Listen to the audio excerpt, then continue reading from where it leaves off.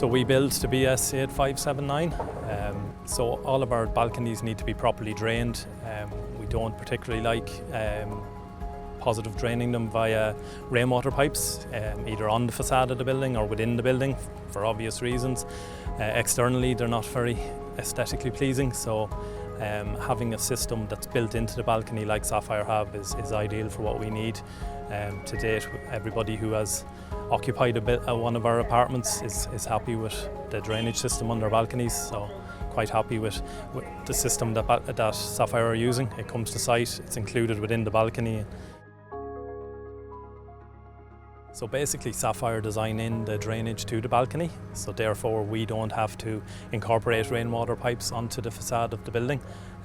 They aesthetically are not the most pleasing. The other alternative is they would be inside the building, which obviously can give other complications.